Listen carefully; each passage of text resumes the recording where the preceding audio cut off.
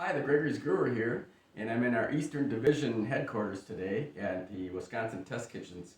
And the fall is upon us, and we're starting to think about different kinds of flavors for that season. And I've made a few things up here using a few different products with pumpkin filling and also with some apple pie filling. So what I've got here is our standard Danish snail here that I've added pumpkin to. And I also put caramel bits on there with some streusel. So I basically proofed this, and then I filled the whole top of the roll with pumpkin filling.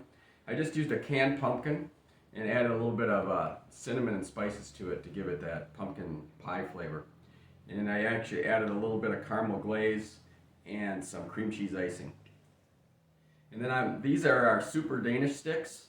That's a cinnamon filled Danish, and I've made both a pumpkin filled one and apple. And what I did was I basically just chopped those products into it, put it into a cupcake tin.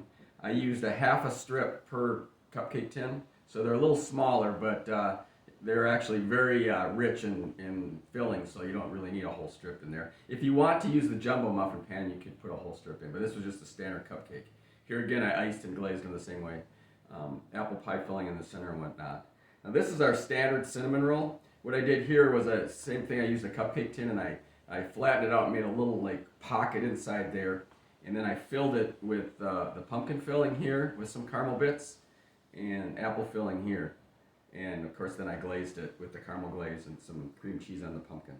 And the last item I did was a chunky cinnamon bread with pumpkin filling. Now this is a little tricky because you got to get quite a bit of pumpkin in there to give it a good flavor. So you're not going to get a lot of height. I'd recommend that you short proof it a little bit, and you're going to have to bake it probably an extra 5 minutes from the regular chunky cinnamon bread.